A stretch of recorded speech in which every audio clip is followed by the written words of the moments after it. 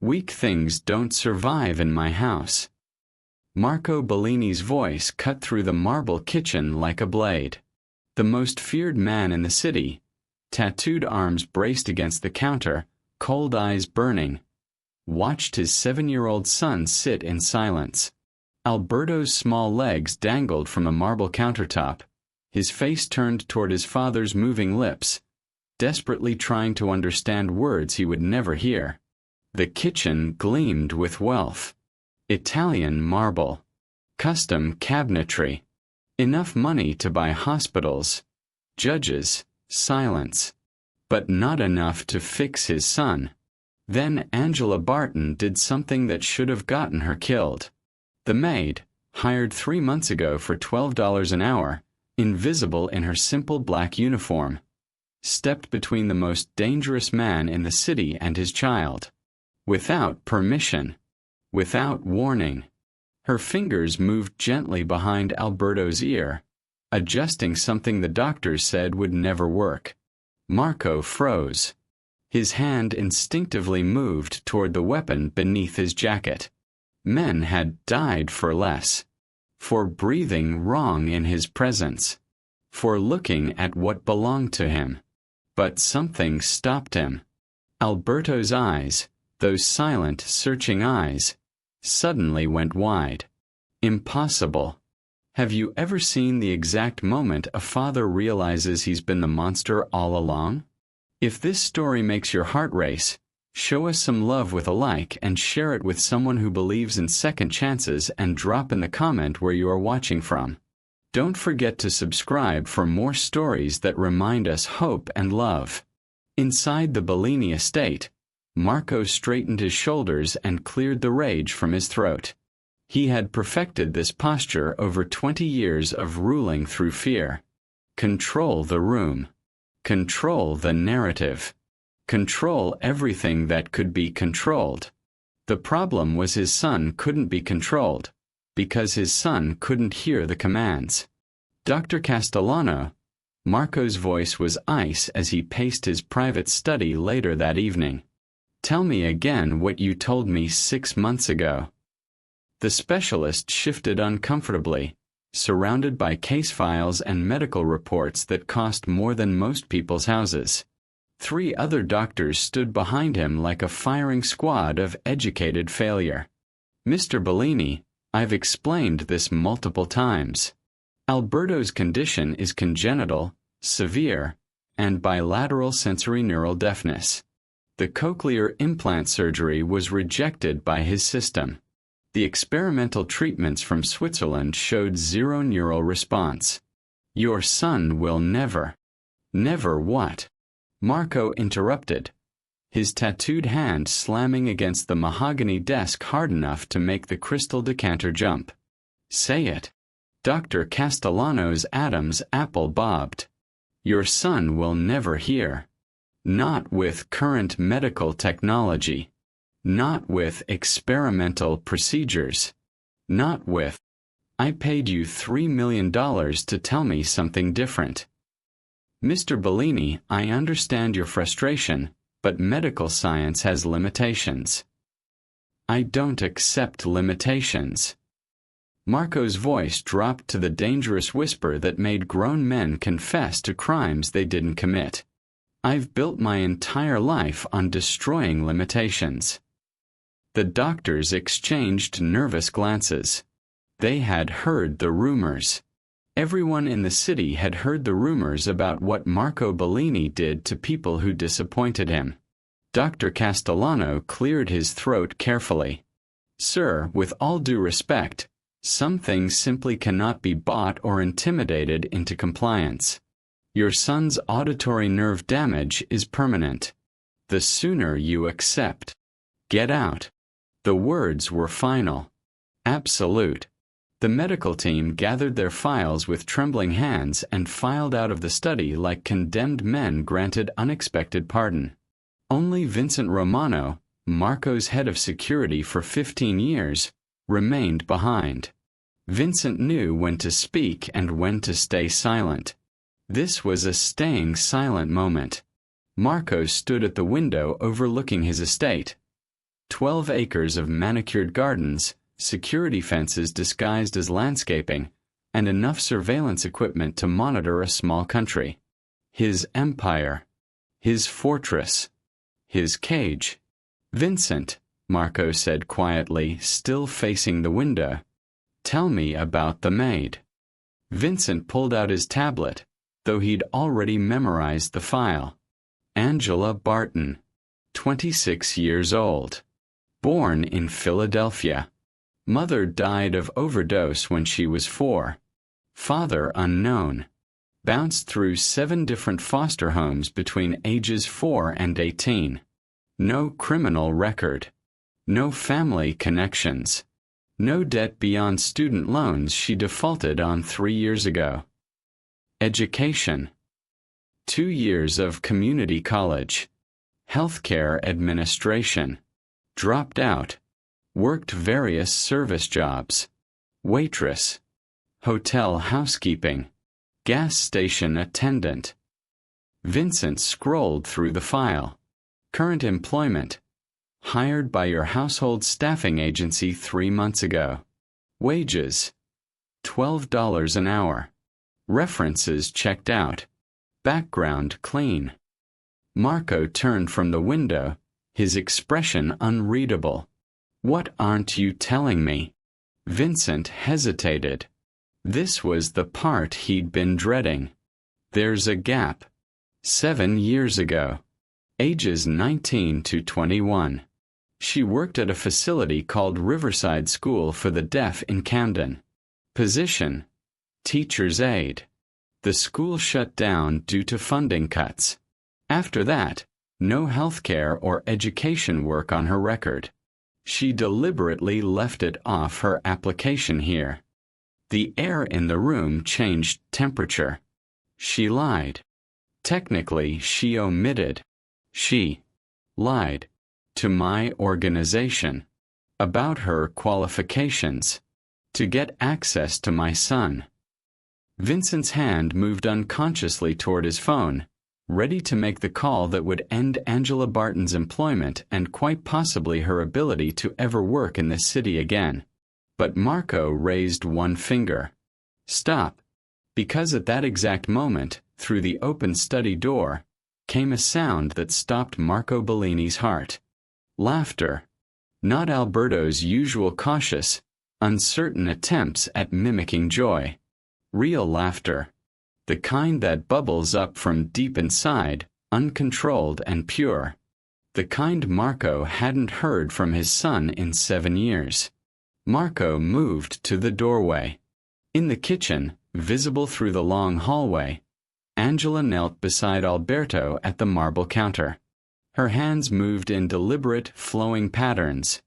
Shapes Marco didn't recognize, language he'd never learned, communication he'd never thought to provide. Alberto's small hands tried to copy her movements. Clumsy. Uncertain. Failing. Trying again. And then success. His fingers formed something recognizable. A word. A complete word.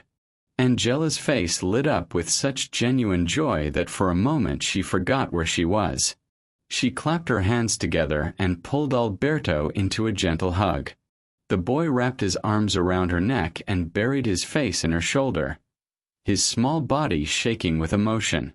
Marco had broken men's fingers for smaller betrayals than touching his son without permission. "Boss." Vincent's voice was low, cautious. "What do you want me to do?"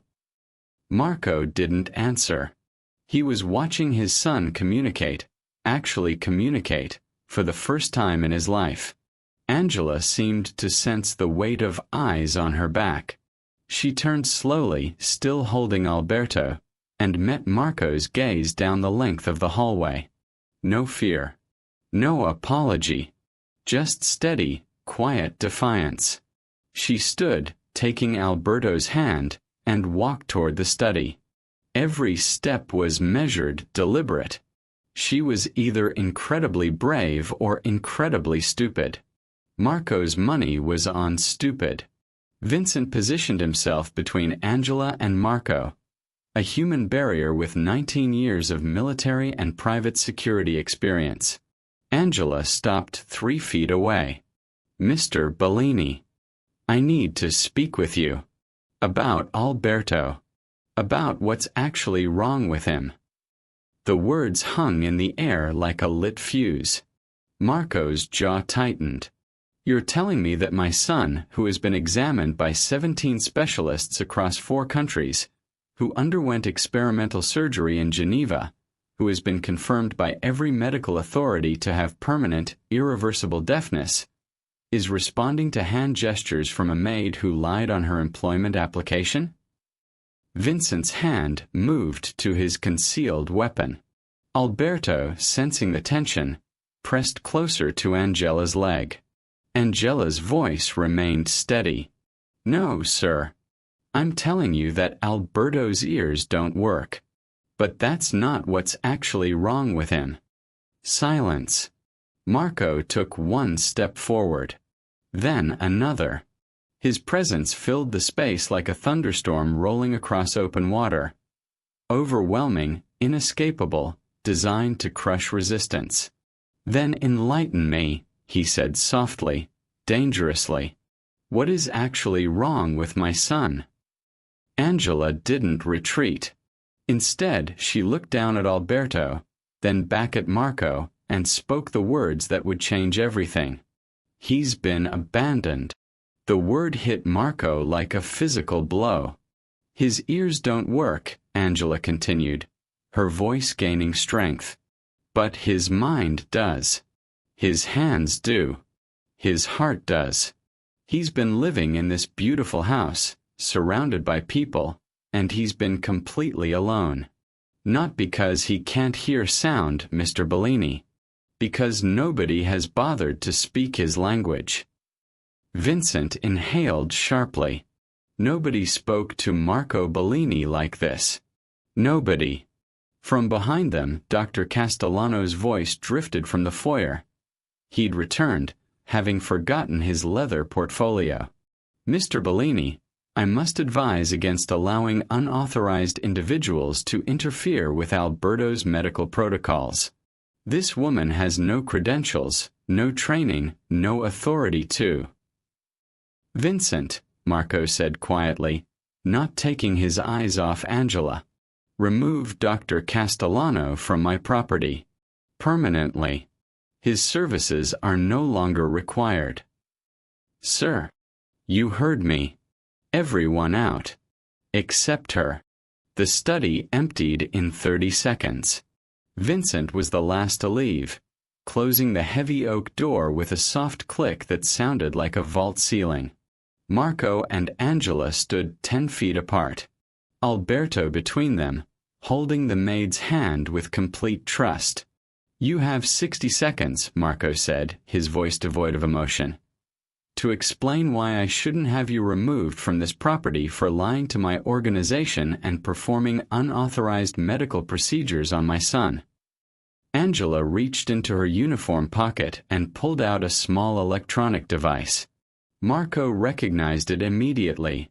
One of Alberto's failed hearing aids. The experimental model from the Swiss clinic. $400,000.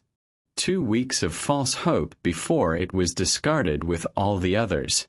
But it looked different now. Modified. Tampered with. Wires rerouted. Casing altered. "I rebuilt this," Angela said quietly. "Using techniques I learned working with children the medical system gave up on. Children whose families couldn't afford Swiss clinics or 17 specialists. Children who learned to experience sound differently because nobody was going to hand them a miracle." Marco's hands clenched into fists. "You tampered with medical equipment worth more than you'll earn in a decade. Without authorization. Without training. Without—" "I have training," Angela interrupted. "Just not the kind that comes with certificates you can verify. I learned from a woman named Rosa Martinez who taught deaf children in an underfunded school in Camden. She showed me how to modify cheap devices because the expensive ones were designed for people who could afford to throw them away when they failed.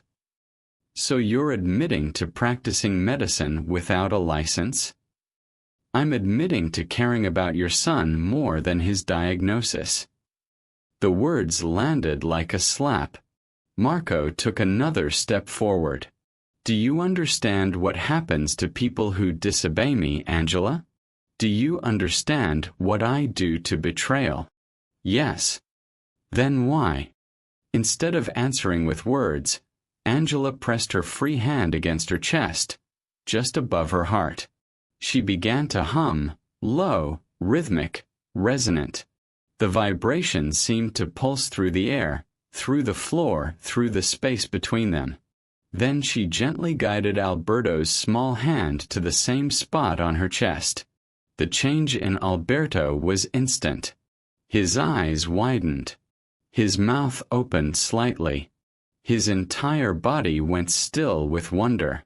The vibrations traveled through Angela's body into his fingertips, and for the first time in his 7 years of life, Alberto felt what music was supposed to be. Not heard. Felt. His other hand reached up to Angela's throat as she hummed, feeling the vibrations there too. Tears began to stream down his face, not from sadness but from overwhelming joy.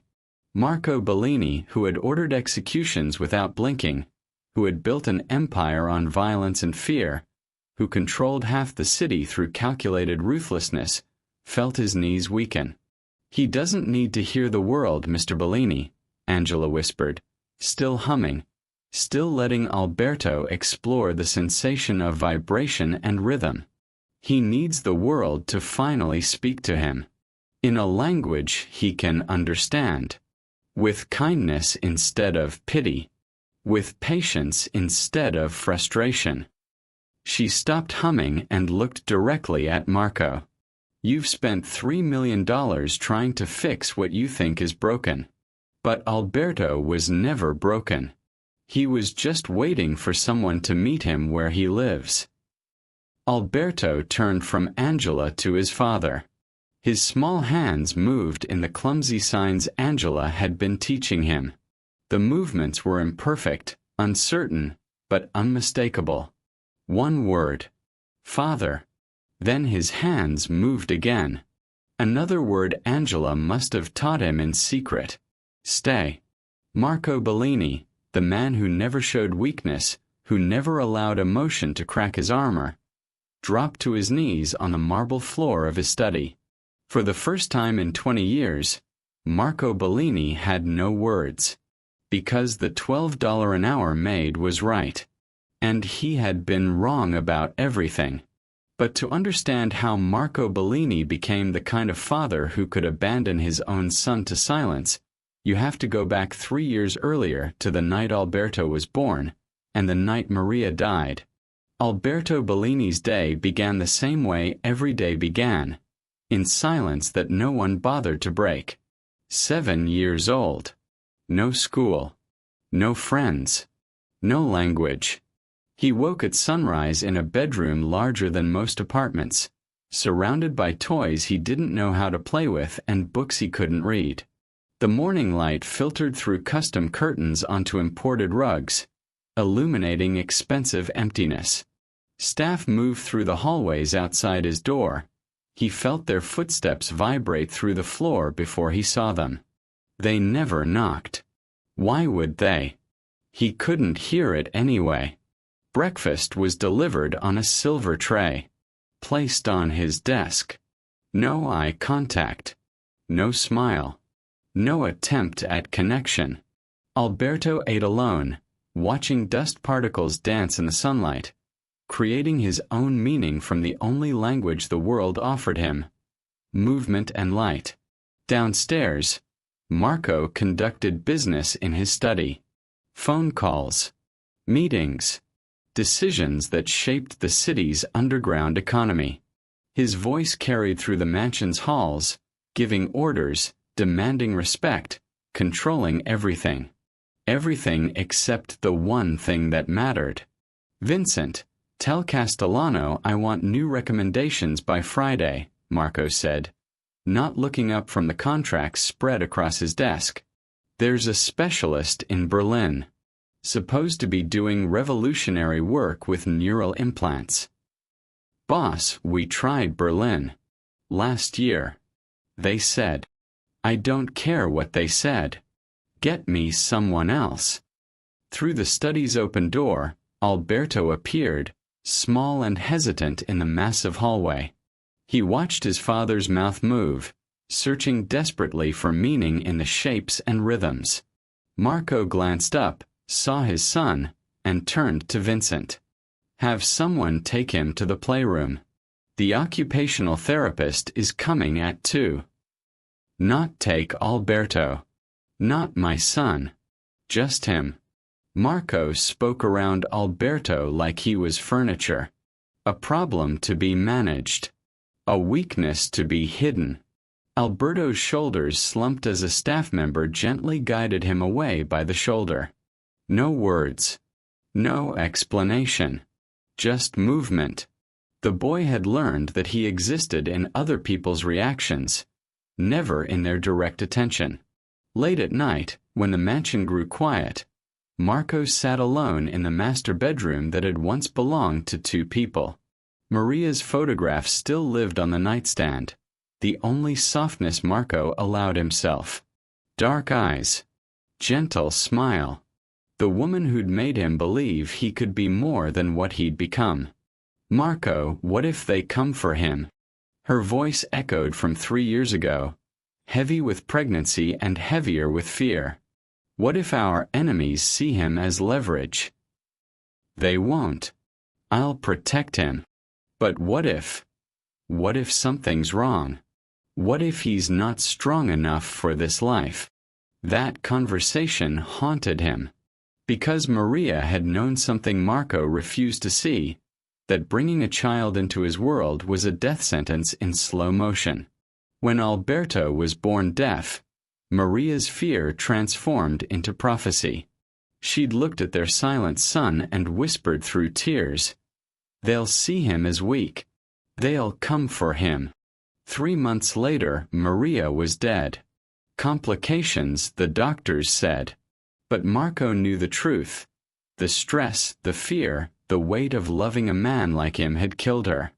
And now Alberto lived as a ghost in his own father's house, carrying the guilt of his mother's death in his silence. Angela Barton noticed what no one else had bothered to see. She'd been working in the Bellini household for 2 weeks when she first observed Alberto in the kitchen. The boy sat at the counter while staff prepared lunch, his eyes tracking their movements with desperate intensity. When the blender roared to life, Alberto flinched, not from sound, but from the vibration traveling through the counter into his hands. He feels it, Angela realized. He experiences the world through touch and sight, and everyone treats him like he experiences nothing. She watched Marco enter the kitchen, grabbing espresso without acknowledging his son's presence. Alberto's eyes locked onto his father's face, studying his lips with heartbreaking concentration, trying to decode meaning from movements he couldn't contextualize. Marco left without a word, without a glance, without anything. Alberto's small hands pressed flat against the marble counter, as if trying to absorb his father's presence through residual vibrations. Angela's chest tightened. That night, she waited until the evening staff rotation ended and only the night security remained. She found Alberto in the playroom, sitting cross-legged on the floor, arranging toy cars in perfect geometric patterns, creating order from chaos because order was the only language he could control. Angela sat down across from him, slowly, deliberately, making sure he saw her approach. Alberto looked up, wary. Adults usually meant disappointment. Angela smiled and pointed to a plate of cookies she'd brought from the kitchen. Then she did something she'd sworn she wouldn't do, something that could get her fired or worse. Her hands moved in a simple, clear sign. Eat. Alberto stared at her hands, at the deliberate movement, at the intention behind the gesture. His eyes widened. Angela signed it again. Eat. Then pointed to the cookies. Understanding flickered across Alberto's face like lightning illuminating darkness. Someone was speaking to him, not around him. Someone was offering language, not pity. His small hands tried to copy the movement. Failed. Tried again. Got closer. Angela nodded encouragement and guided his fingers into the correct position. Eat. Alberto's hands formed the sign properly. And then he smiled. Not the cautious, uncertain expression he usually wore like armor. A real smile. The kind that reaches the eyes. The kind that comes from connection, from understanding, from finally being seen. Angela felt tears prick her eyes. This child was not broken. He was not defective, damaged, or beyond reach. Alberto Bellini had been abandoned by everyone who claimed to love him. And Angela Barton decided in that moment that she was going to teach him how to speak, even if it destroyed her. Angela Barton had learned sign language the same way most people learn to survive, out of desperate necessity wrapped in love. She was 14 when Sophie arrived at the Harrison foster home. Sophie was 9, deaf since birth, and had been cycled through 6 families in 4 years. Each one had returned her like defective merchandise, citing communication barriers and special needs beyond our capacity. The social worker's words still echoed in Angela's memory. She's a sweet girl, but she requires more attention than most families can provide. Translation: Sophie was too much work. Angela had recognized that particular brand of abandonment immediately. She'd worn it herself like a second skin since her mother's overdose a decade earlier. So when Sophie sat alone at dinner that first night, eyes downcast and hands still, Angela made a choice. She learned Sophie's language. Library books. YouTube videos. Free community classes at the Deaf Center downtown. Angela absorbed sign language the way drowning people absorb air. Frantically, completely, desperately. 6 months later, Angela signed her first full sentence to Sophie. "You are my sister." Sophie had cried, then smiled, then signed back, "You are my home." They had 3 years together before the foster system separated them. Sophie got adopted by a deaf couple in Oregon. Angela aged out at 18 with $200 and nowhere to go. But she never forgot Sophie's language, or the way connection could resurrect someone the world had buried alive. The nighttime lessons with Alberto became Angela's sacred ritual. After the evening staff departed and Marco retreated to his study for late-night business calls, Angela would slip into the playroom where Alberto sat surrounded by expensive loneliness. Night 1, she taught him, safe. Her hands moved slowly, deliberately. Alberto watched with intensity that seemed too heavy for a 7-year-old face. His small hands tried to mirror her movements, clumsy, uncertain, but hungry for meaning. Safe, Angela signed again. Alberto's fingers trembled as they formed the sign. Close. Not quite right. Angela gently adjusted his hand position. Safe. This time perfect. His eyes lit up like someone had finally turned on a light in a room where he'd lived in darkness his entire life. Night 2, you. Angela pointed to Alberto, then signed. You. Then pointed to herself and signed. Me. Alberto copied her, pointing to her, then to himself, his hands forming the signs with increasing confidence. For the first time in his life, Alberto learned he was a person separate from the void, that he existed in language, that he had a name for himself. You, he signed, pointing to Angela. Me, he signed, pressing his small hand to his chest. The smile that spread across his face could have powered the entire mansion. Over the next 2 weeks, their vocabulary grew. Eat, sleep, play, happy, sad, father. That last word made Alberto hesitate. His hands hovered in the air, uncertain whether the sign was safe to make, whether claiming the word would make the reality real. Angela signed it again. Father. Alberto's hands slowly formed the sign, his eyes distant, reaching for something he'd never been allowed to hold. The lessons became longer, more complex. Alberto absorbed language like he'd been starving for it, which he had been. His imperfect signs grew more confident. His eyes, once dull with isolation, now sparked with curiosity. He started creating his own signs for things he didn't have words for yet. A gesture for morning light. A movement for the way footsteps feel through the floor. His own private poetry born from silence. Angela watched this child, this beautiful, intelligent, completely abandoned child, transform from a ghost into a person. And she knew she was crossing a line that could never be uncrossed. Marco noticed the changes before he understood them. Alberto moved differently through the house. Less skittish. Less hollow. He still didn't speak, couldn't speak, but something fundamental had shifted in the way he carried himself. At breakfast, Alberto no longer stared blankly at his food. He watched the staff with interest, studied their faces, seemed to be reading them somehow. Vincent, Marco said one morning, watching his son through the study doorway. Has Alberto started a new therapy? Different medication. Vincent checked his tablet. No changes logged, boss. Same routine. Same staff. Although. He hesitated. What? The maid. Angela. She's been spending more time with him. But nothing inappropriate. Just. Present. More than the others.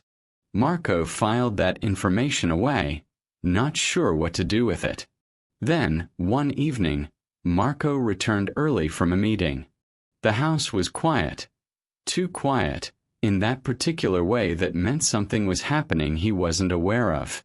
He moved silently through the hallways, instinct guiding him toward the playroom. The door was cracked open. Inside, Angela knelt on the floor across from Alberto. Her hands moved in fluid, deliberate patterns. Not random. Not casual. Language. Alberto's small hands moved back, forming shapes Marco had never seen him make. The boy's face was animated, alive, completely focused on Angela's hands. Angela signed something. Alberto responded. His movements imperfect but unmistakable. Communication. Real, actual communication. Marco's hand gripped the doorframe hard enough to make the wood creak. Both heads turned toward the sound. Angela's face went pale. Alberto's eyes went wide with fear. Not for himself, but for her. The boy's hands moved frantically, signing something desperate, something pleading. Marco didn't understand the words, but he understood the message perfectly. Don't take her away. The most feared man in the city stood frozen in his own hallway, watching his son speak a language he'd never bothered to learn. And for the first time in 7 years, Marco Bellini realized he'd been the one who was deaf all along. The words came out like gunfire. Get out of my house. Marco's voice filled the playroom with a kind of cold fury that made experienced criminals confess to crimes they didn't commit. He stepped through the doorway, his presence swallowing the space, his tattooed arms rigid with barely controlled rage. Angela stood slowly, positioning herself between Marco and Alberto. "Mr. Bellini, I can explain."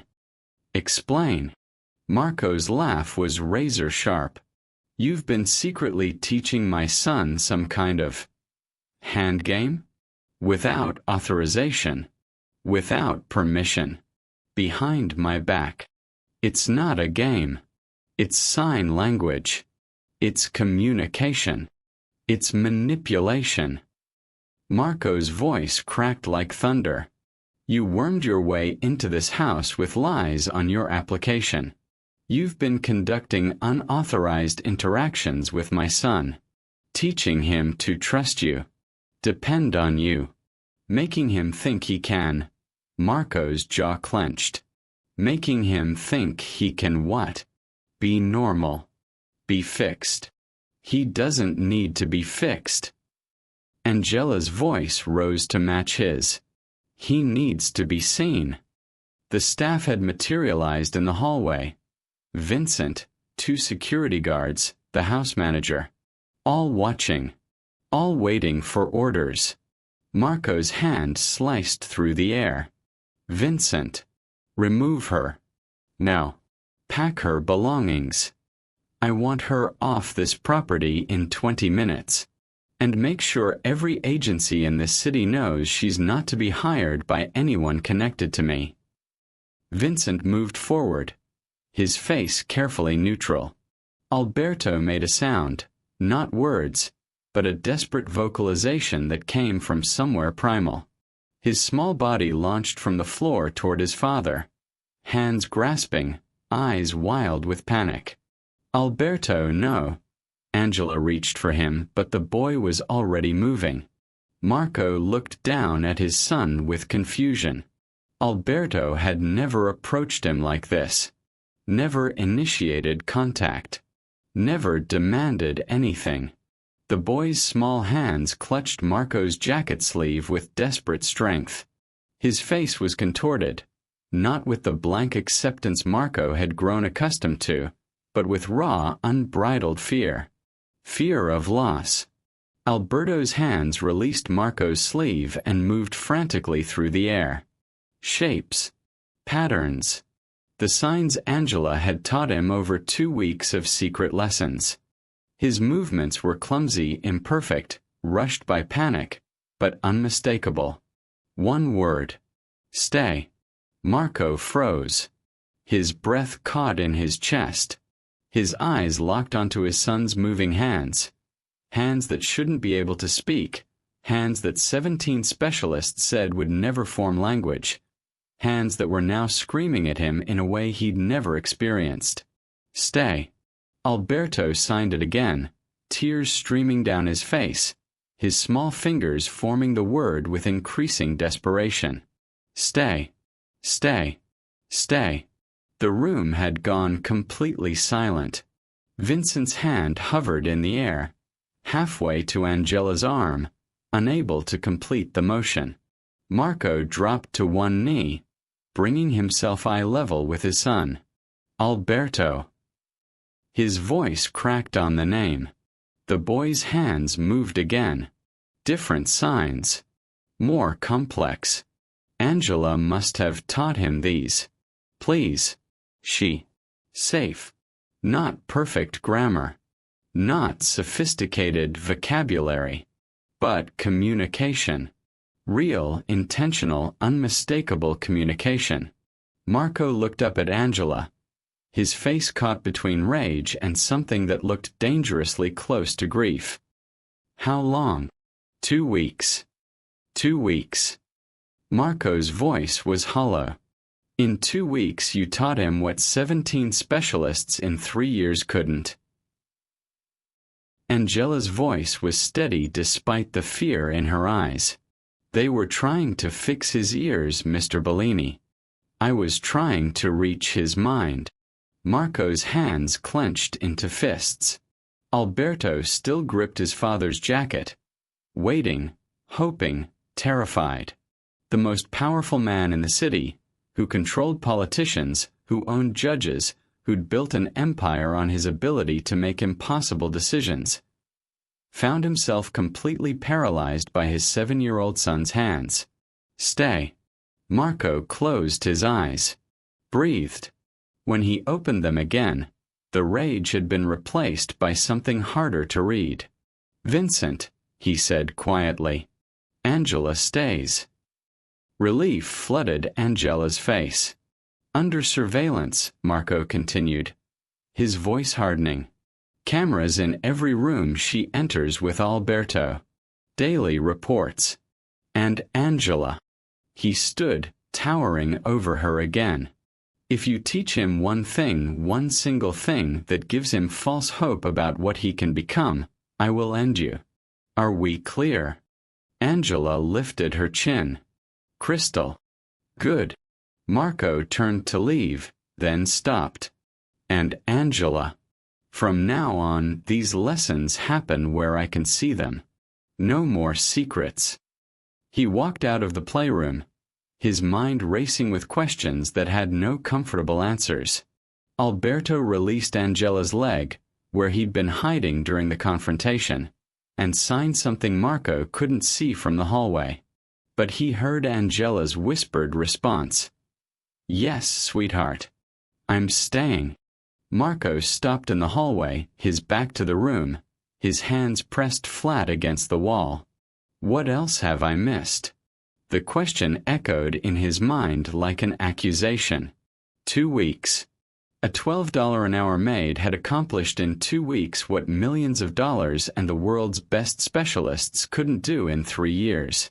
Because she'd tried something radical. She'd treated Alberto like he was worth talking to. Marco stared at his own hands.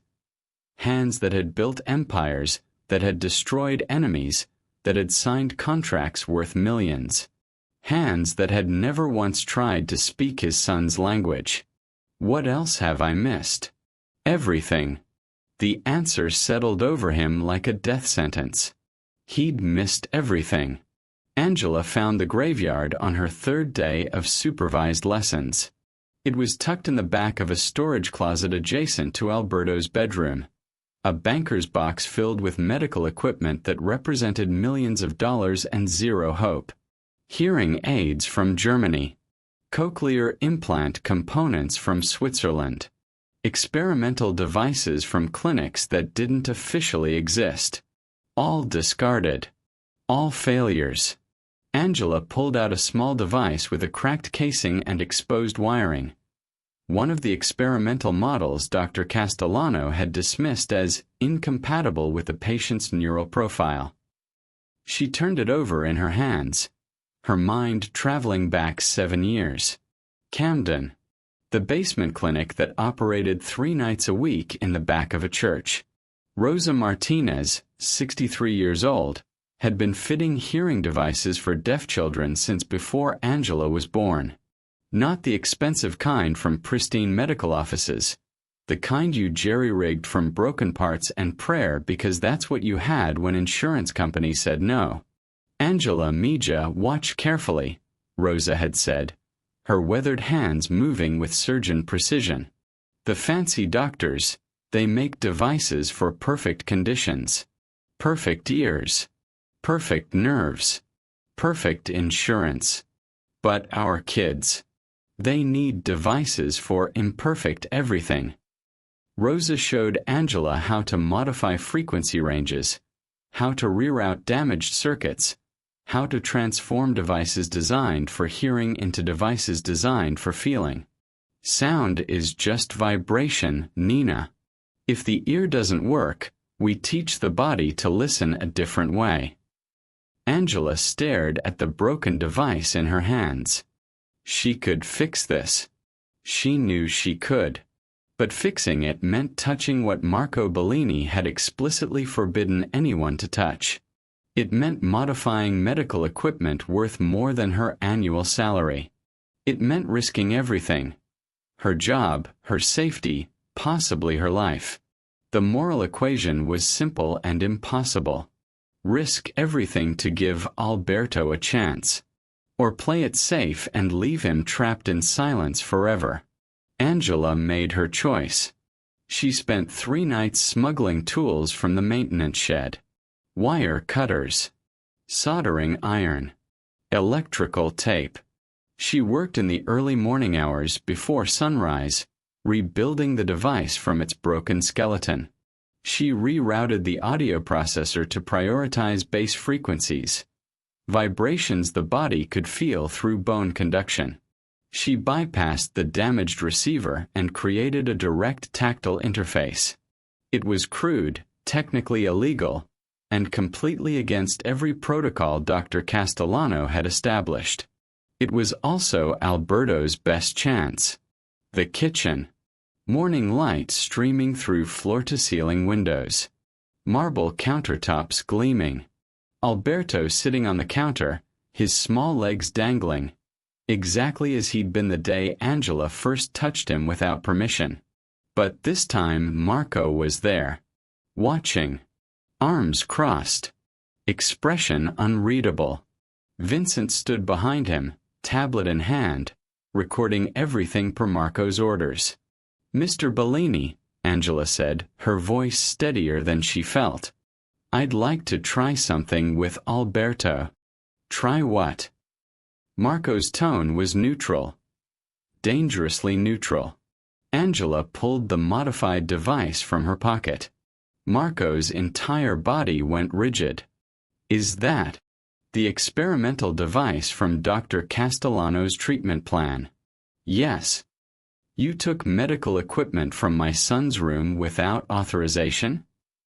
"I did." Vincent's hand moved toward his phone. Marco raised one finger. "Stop. And you've done what with it exactly?" "Modified it." Angela met his eyes. "Against protocol. Against orders. Against everything you've explicitly forbidden." Marco's jaw tightened. "Give me one reason I shouldn't have you arrested right now." "Because I'm asking you to trust me for 5 minutes. If this doesn't work, you can do whatever you want. But if it does..." Angela's voice softened. "If it does, Alberto's life changes today." Silence stretched between them like a blade. 5 minutes, Marco said finally. Angela turned to Alberto, who'd been watching the exchange with anxious eyes. She signed, "Trust me." Alberto nodded. Angela gently placed the modified device behind Alberto's ear. The boy didn't flinch. He'd been through this routine dozens of times before with doctors who made promises and delivered disappointment. She tapped on the marble counter. Once. Twice. Alberto's face remained blank. Nothing. Angela tapped harder. Still nothing. Vincent shifted uncomfortably. Marco's expression darkened. This was exactly what he'd predicted. Another failure. Another false hope. But Angela wasn't finished.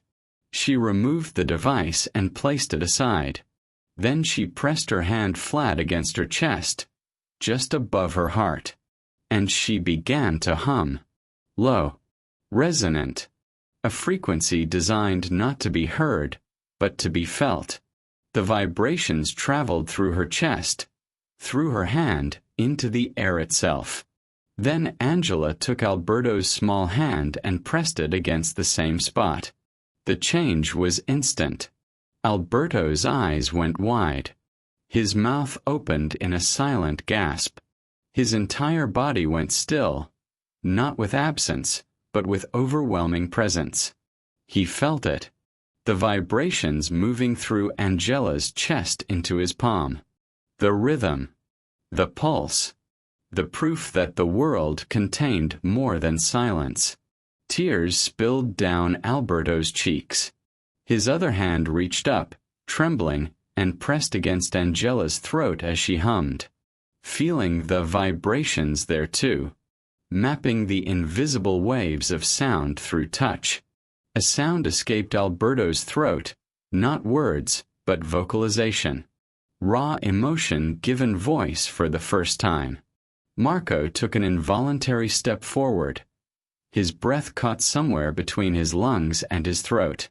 Angela kept humming, her eyes locked on Marco's face. "Watch," her expression said.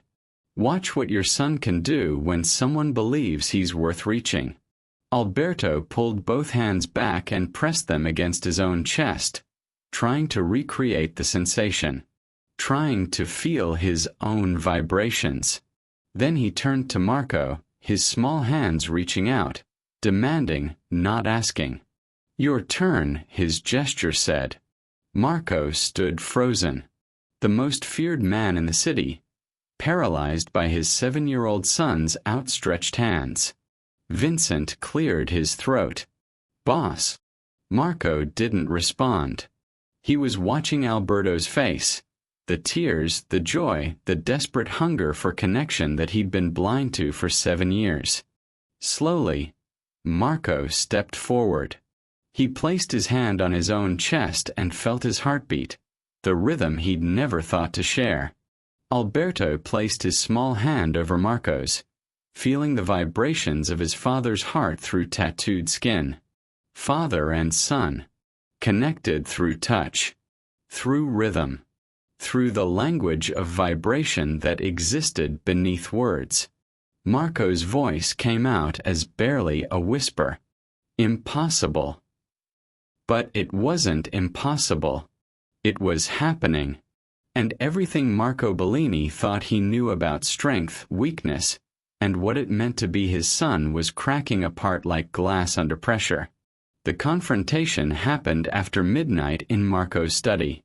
Angela had been summoned, not requested, summoned, by Vincent with a single text message. "Boss wants to see you." No. She found Marco standing at the window overlooking his estate, a glass of whiskey untouched on the desk behind him. The room smelled of leather, expensive cigars, and the particular kind of silence that preceded violence. "Close the door," Marco said without turning around. Angela did. "Do you know what I've spent the last 4 hours doing?" His voice was eerily calm. "Reading reports. Medical files. 3 years of specialist consultations. Millions of dollars in diagnostics, surgeries, experimental treatments." He finally turned to face her. Every single one said the same thing. Alberto would never communicate, never connect, never understand language. They were wrong. No. Marco's eyes flashed.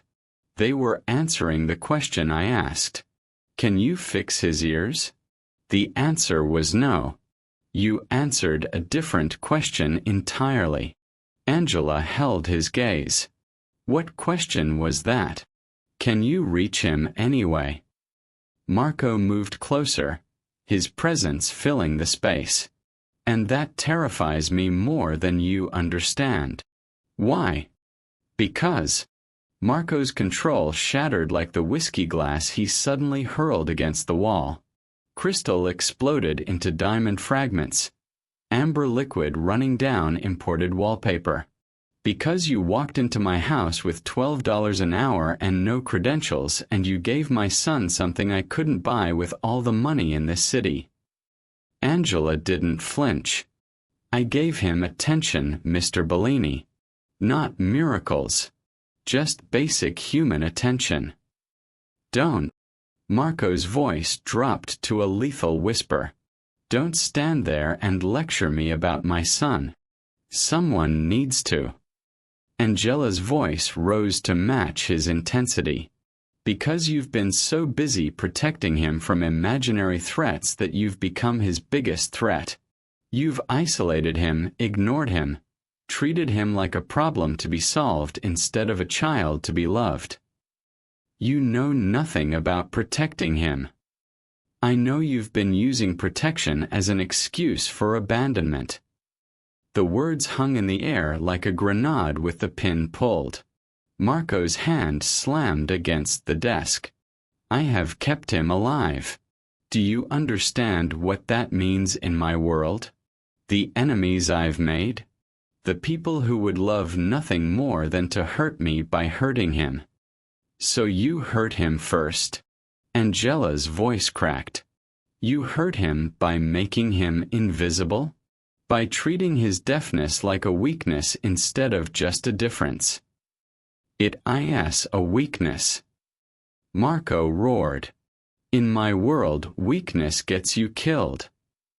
Then maybe your world is the problem. Silence. Marco stared at her, his chest heaving, his carefully constructed armor cracking down the center. You want to know why I built walls around him? Marco's voice turned hollow. I'll tell you why. He moved to his desk, pulled out a photograph, and threw it onto the leather surface. Maria. Radiant. Pregnant. Alive. Alberto's mother. Maria. Marco's voice fractured. She knew what my life was. What being with me meant. But she thought love was enough. That we could protect a child in the middle of a war zone. Angela picked up the photograph gently. When Alberto was born deaf, Maria saw it as a death sentence. Not because of his ears, because of my enemies. She was convinced they'd target him. Use him as leverage. See his deafness as vulnerability. Marco's hands clenched. She spent 3 months terrified, imagining every horrible scenario. The stress, the fear, it consumed her. Mr. Bellini. She died believing I couldn't protect our son. Marco's voice broke completely. Complications from childbirth, they said. But I know the truth. The fear killed her. The weight of loving me killed her. Tears ran freely down Marco's face now. The first tears he'd allowed since Maria's funeral. So yes, I built walls. I kept him isolated. I refused to let him be seen as weak because if my enemies saw weakness, they'd exploit it. If they knew he was deaf, they'd use it. I thought I was protecting him. I thought control was the same as love. Angela's voice was gentle now. You were protecting yourself, Mr. Bellini. From the guilt of her death. From the fear of losing him too.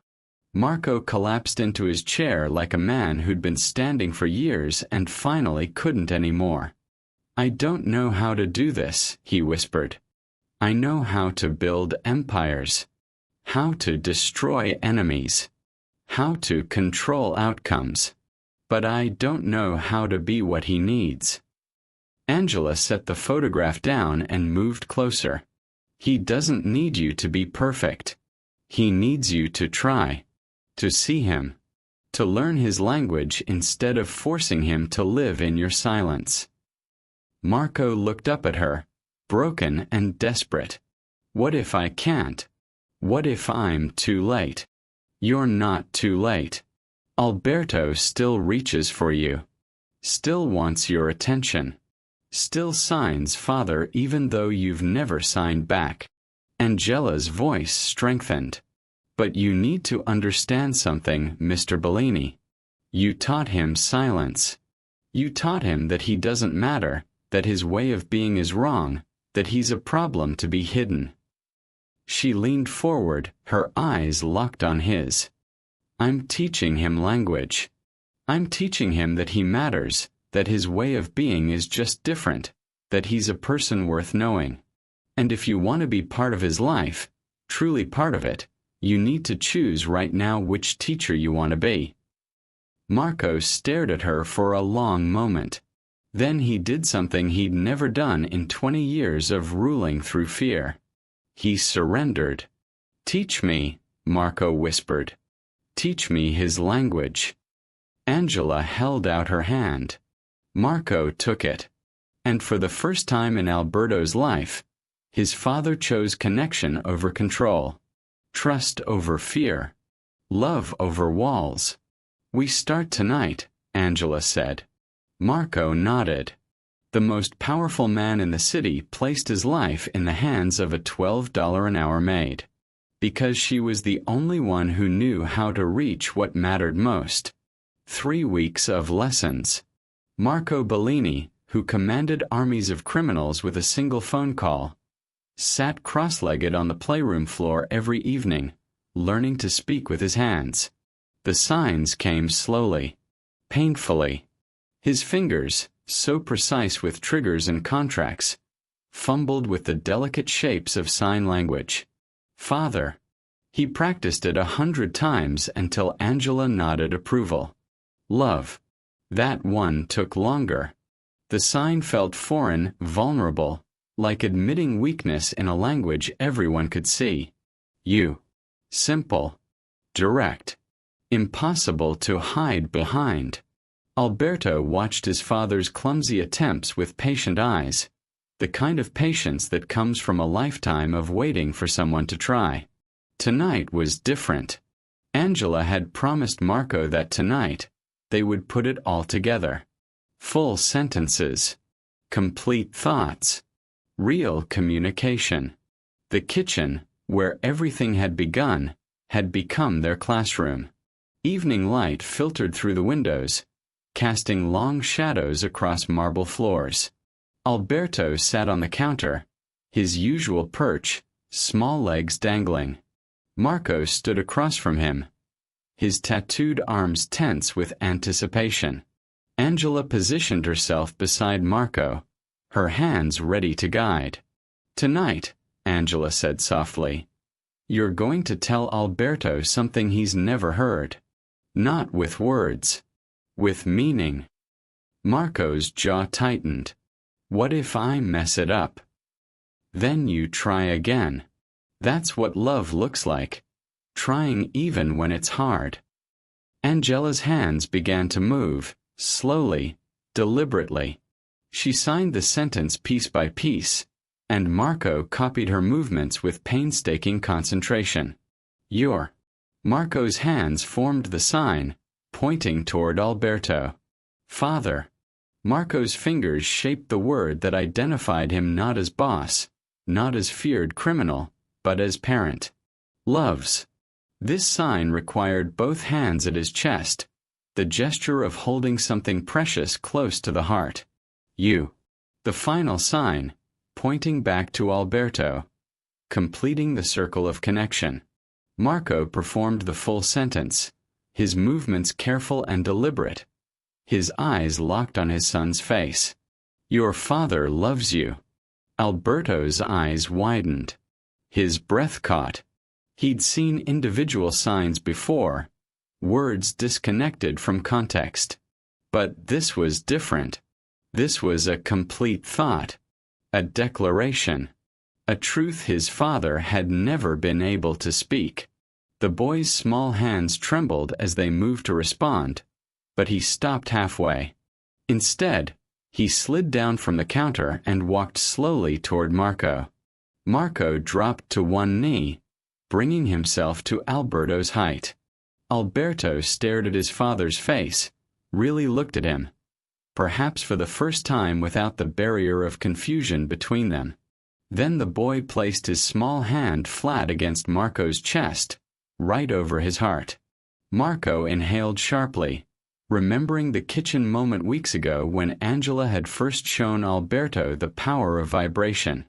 Alberto's hand pressed more firmly, feeling the rhythm of Marco's heartbeat through skin and bone and muscle. Thump thump, thump thump, thump thump. Then Alberto did something that shattered Marco completely. He tapped twice against his father's chest, deliberate, rhythmic, communicating in the language of vibration that had become his voice. Tap, tap. 2 beats. Simple. Perfect. Unmistakable. I love you too. Not in sign language. Not in words. But in the primal language of heartbeat and rhythm that existed before words were ever invented. Marco Bellini, who had ordered executions without flinching, who had built an empire on fear, who had learned to bury every emotion beneath layers of control, collapsed. his arms wrapped around his son's small body, pulling Alberto against his chest. His shoulders shook with sobs he'd held back for 7 years. Tears fell freely, soaking into Alberto's hair, washing away years of distance and walls and fear. Alberto's hands clutched his father's shirt, holding on like he'd been waiting his entire life for permission to do so. "I'm sorry," Marco choked out, knowing Alberto couldn't hear the words but needing to say them anyway. "I'm so sorry. I'm so sorry." Vincent appeared in the kitchen doorway, summoned by the sound of his boss's breakdown. He froze, witnessing something no one in Marco's organization had ever seen: vulnerability. Real, raw, complete vulnerability. Other staff members gathered behind Vincent, drawn by the impossible sight. Marco Bellini, the most feared man in the city, crying openly in his kitchen while holding his son. Angela stood back, tears streaming down her own face, giving them space for this moment that had been 7 years in the making. Alberto pulled back slightly and looked at his father's tear-stained face. His small hands moved, signing the words Angela had taught him, the words Marco had finally learned to understand. "Father, stay." Marco's hands moved in response, clumsy but earnest. "Always. Promise." Then he signed the full sentence again, needing Alberto to see it, to believe it, to know it was true. "Your father loves you." Alberto smiled, not the cautious, uncertain smile from before, but a radiant, complete smile of a child who'd finally been seen by the person who mattered most. He pressed his hand against Marco's chest again, feeling the heartbeat, the rhythm, the proof of life and love and presence. Marco covered Alberto's small hand with his own, holding it there, letting his son feel every beat. Thump thump, thump thump, thump thump. The language of hearts that needed no translation. Vincent quietly ushered the staff away, understanding that what was happening in the kitchen was sacred, private, the kind of moment that changes everything. Angela slipped out as well, leaving father and son alone in the fading evening light. Marco held Alberto for a long time, rocking slightly, his tears falling silently now. Cleansing tears, the kind that wash away old sins and make space for new beginnings. When he finally opened his eyes, his vision blurred. He saw his reflection in the kitchen window. A different man stared back. Not weaker. Not diminished. Transformed. For the first time in 7 years, Marco Bellini understood what real power looked like. It looked like his son's hand on his chest. It looked like connection instead of control. It looked like love. The private medical review was Marco's idea, and his gamble. He'd assembled 6 of the country's top specialists in developmental pediatrics and audiology. Dr. Castellano sat among them, his expression carefully neutral, his professional reputation on the line. The Bellini estate's formal dining room had been converted into a makeshift examination space. Medical equipment lined the walls. Recording devices captured every angle. Vincent stood by the door with 3 other security personnel, protection and witnesses in equal measure. Marco sat at the head of the table, his presence commanding even in silence. Angela stood near the corner with Alberto, her hand resting gently on his shoulder. She wore her maid's uniform. Marco had insisted. "Let them see exactly who you are," he'd said. "Let them underestimate you." Dr. Castellano cleared his throat. "Mr. Bellini, I appreciate your enthusiasm regarding Miss Barton's interventions. However, I must state for the record that unqualified individuals performing medical modifications represents a significant liability." "Noted," Marco interrupted. "Proceed with the evaluation." A younger doctor, Dr. Patricia Chen from Johns Hopkins, leaned forward with barely concealed skepticism. Miss Barton, you claim to have taught Alberto functional communication through sign language? I don't claim it. I did it. In 3 weeks. Dr. Chen's tone dripped with condescension. What 17 specialists couldn't accomplish in 3 years, you managed with no medical degree, no certification, and no formal training. Correct. The doctors exchanged glances, the kind of looks that said delusional without speaking the word aloud. Dr. Castellano flipped through his notes. Miss Barton's background check reveals she worked briefly as a teacher's aide at a now-defunct school for deaf children. Hardly qualifications for. Are we here to discuss credentials? Marco's voice cut through the room like steel. Or are we here to evaluate my son? Silence. Dr. Chen stood, approaching Alberto with clinical detachment. Alberto, can you tell me your name? The boy looked at Angela, who nodded encouragement. Alberto's hands moved with careful precision, spelling out each letter in finger spelling. The sign language alphabet Angela had drilled with him for hours. Alberto. Then he signed his full name, Alberto Bellini. Dr. Chen's eyebrows rose slightly. That's impressive. But signing a rehearsed name doesn't indicate. Ask him something he doesn't know is coming, Angela interrupted. Test him properly or admit you're here to protect your colleagues' reputations, not evaluate a child. Dr. Castellano's face reddened. Another specialist, Dr. Raymond Foster, stepped forward. He was older, more measured. May I? He looked at Marco, who nodded. Dr. Foster pulled out a small device, a rhythm pad used in auditory processing tests. Alberto, I'm going to create vibrations with different patterns. I want you to tell me, using your hands, how many beats you feel. He placed the pad on the table and activated it. 3 distinct pulses rippled through the surface. Alberto placed his hand on the pad, felt the vibrations, then held up 3 fingers. Dr. Foster increased the complexity. 5 beats. Alberto responded correctly. 7 beats in a syncopated rhythm. Alberto not only counted correctly but mimicked the rhythm back with his hands tapping on the table. The doctors leaned forward now, skepticism shifting to fascination. Alberto, Dr. Chen said, her tone softer now. Can you tell me what you did this morning? Alberto's hands moved through a complete sentence. I ate breakfast. Eggs. With father. The sign for father made Marco's chest tighten. Dr. Chen looked at Angela.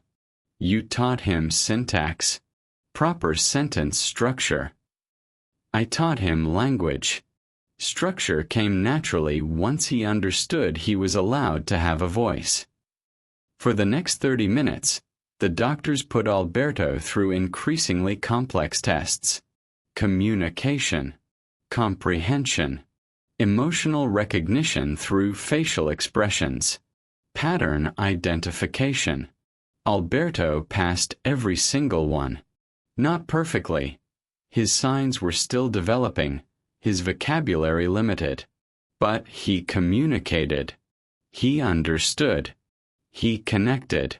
Dr. Castellano sat back in his chair, his face ashen. $3 million in treatments. 3 years of consultations.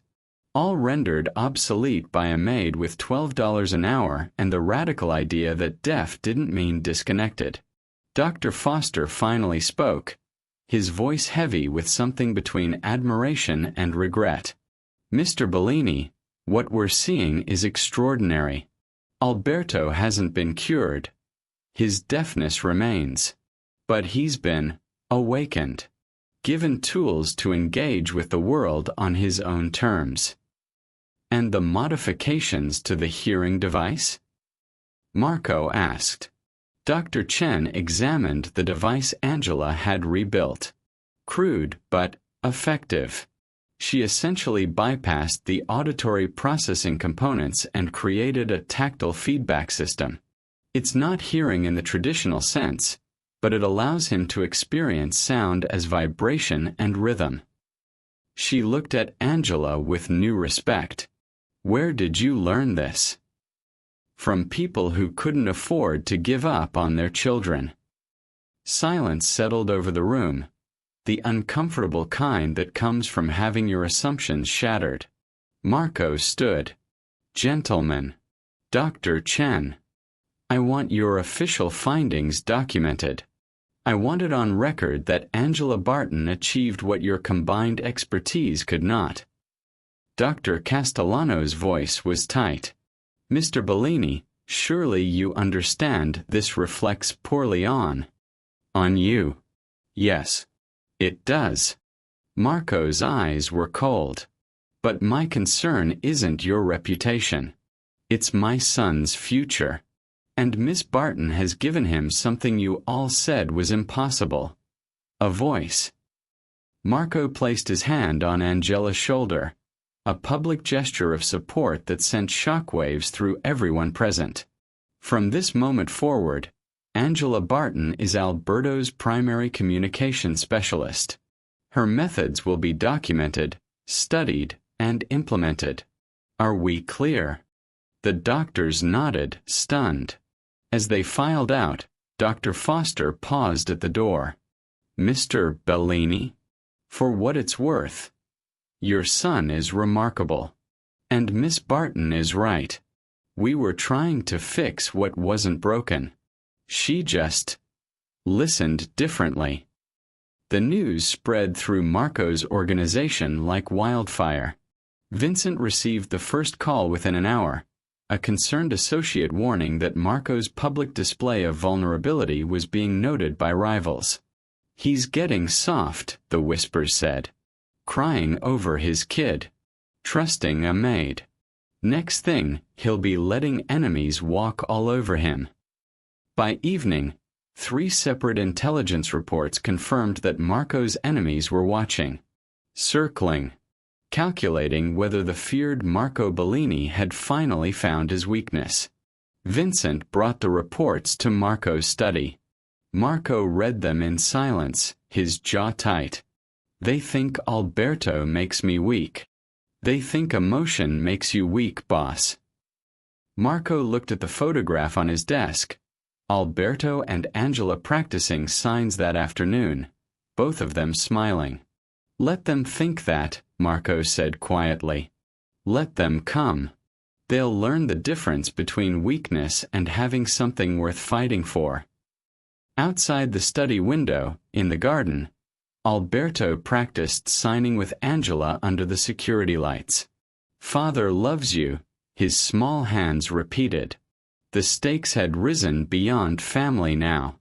The world was watching. And Marco Bellini would have to decide what kind of power mattered most. The kind built on fear or the kind worth dying to protect. 6 months later, the Bellini mansion had become something it had never been before. A home. The playroom where Alberto once sat alone now buzzed with activity 3 times a week. A specialized teacher from the school for the deaf came Tuesdays and Thursdays. A speech therapist who understood sign language visited Wednesdays. But most importantly, the room was filled with laughter. Alberto's, and sometimes even Marco's. The formal dining room, once used only for intimidating business meetings, hosted family dinners. Real ones. Where Marco practiced signing conversations with his son instead of conducting them around him. The security cameras remained. But they captured different scenes now. Not surveillance of threats, but memories. Alberto teaching his father a new sign. Angela correcting Marco's grammar with patient humor. Vincent attempting to fingerspell his own name and failing spectacularly, making Alberto giggle soundlessly. The mansion had transformed from a fortress into a learning space. From a monument to control into a testament to connection. Warmth had finally found its way inside. Alberto was enrolled at Riverside Academy, a private school that specialized in bilingual education for deaf and hearing students. Marco had quietly donated $2 million to rebuild the very school where Angela had worked 7 years ago, the one that closed due to funding cuts. It reopened with Angela Barton's name on the dedication plaque. Every morning, Marco drove Alberto to school himself. No drivers. No intermediaries. Just father and son in the car, with Marco learning to watch the road and Alberto's hands simultaneously. The other parents whispered when Marco Bellini appeared at drop-off. Everyone knew who he was, what he was. But they also saw something that didn't fit the rumors, a father who knelt to sign goodbye to his son, who waited until Alberto turned and waved before driving away, whose eyes followed his child with a tenderness that seemed impossible for a man like him. Alberto thrived. He made friends, other deaf children who signed freely, hearing children who learned sign language as naturally as Spanish or French. He still couldn't hear, would never hear in the traditional sense. But he was no longer trapped in silence. He was fluent in communication. Marco's empire shifted too, though few outside his inner circle understood why. He began dismantling operations that thrived on cruelty. The loan sharking business that destroyed families shut down. The protection rackets that preyed on small business owners dissolved. The trafficking connections that treated human beings like commodities severed completely, with extreme prejudice toward anyone who objected. Vincent had questioned him once. "Boss, you're leaving money on the table. The other families are going to see this as weakness." Marco had looked at his second-in-command with clear eyes. "My son watches my hands now, Vincent. Every choice I make, he'll eventually learn to read. I need my hands to be clean enough to speak his language." The transition wasn't easy. 2 rival families tested Marco's resolve with territorial challenges. They learned quickly that Marco Bellini hadn't become weak, he'd become focused. More dangerous, not less, because now he fought with purpose beyond power.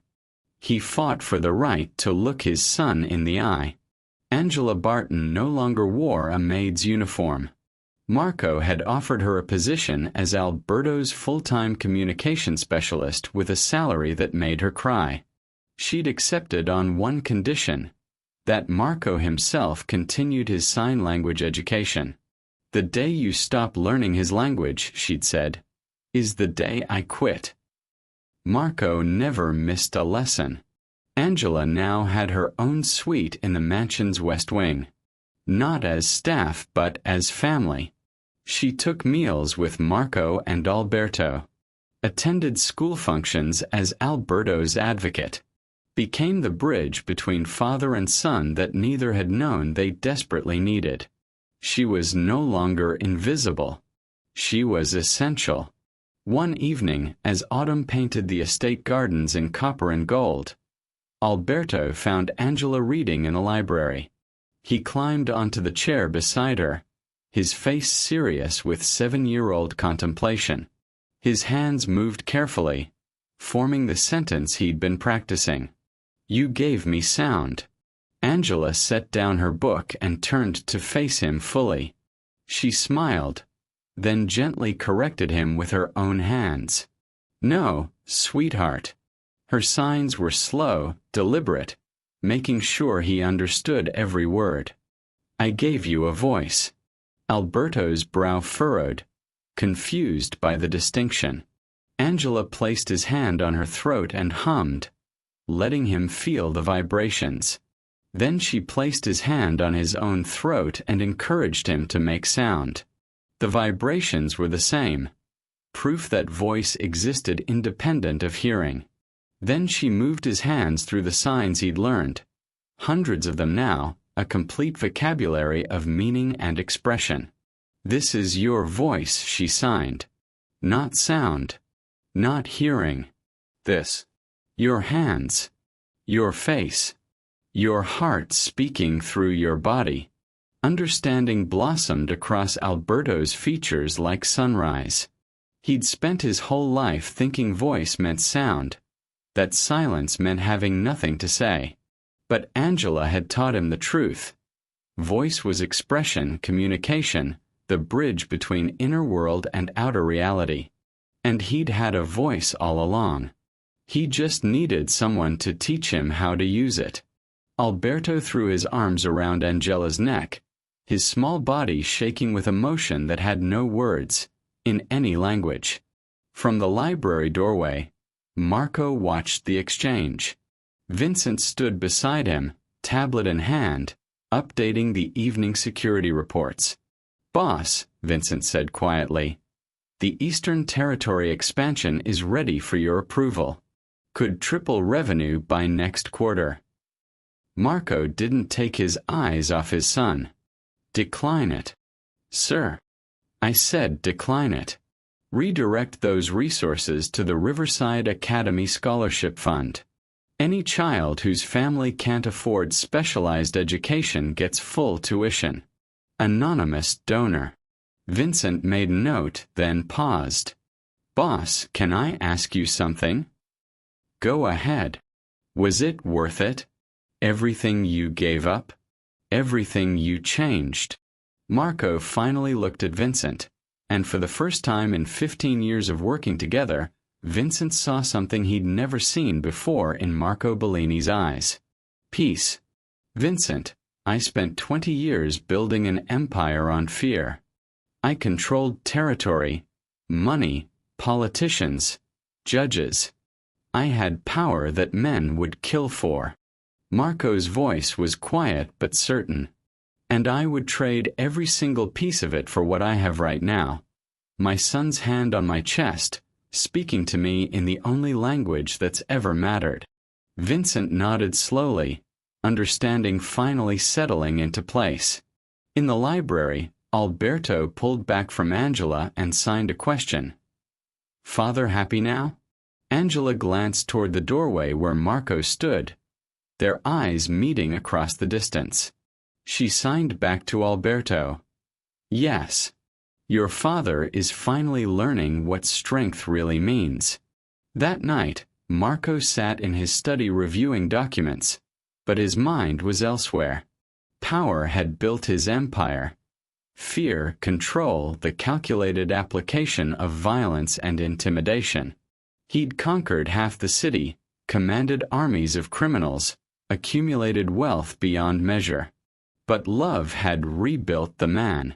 Love had taught him that true strength wasn't domination, it was connection.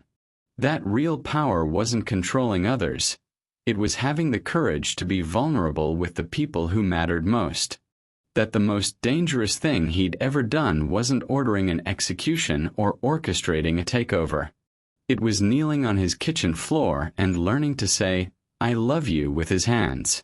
Marco closed the files and walked to Alberto's room. His son was already asleep, night light casting soft shadows across his peaceful face. Marco sat on the edge of the bed and placed his hand gently on Alberto's chest. Feeling the steady rhythm of heartbeat, the language they'd learned together, the voice that existed beneath all words. Thump thump, thump thump, thump thump. The sound of life continuing. The sound of second chances. The sound of a mafia boss who'd finally learned what was worth fighting for. Marco signed 3 words into the darkness, knowing Alberto couldn't see them but needing to say them anyway. "I love you." And for the first time in 7 years, the silence didn't feel empty. It felt like home. Thanks for watching till the very end. If this story moved you, hit like, subscribe, and share your thoughts in the comments. I'll be dropping another unforgettable story tomorrow, so make sure you don't miss it.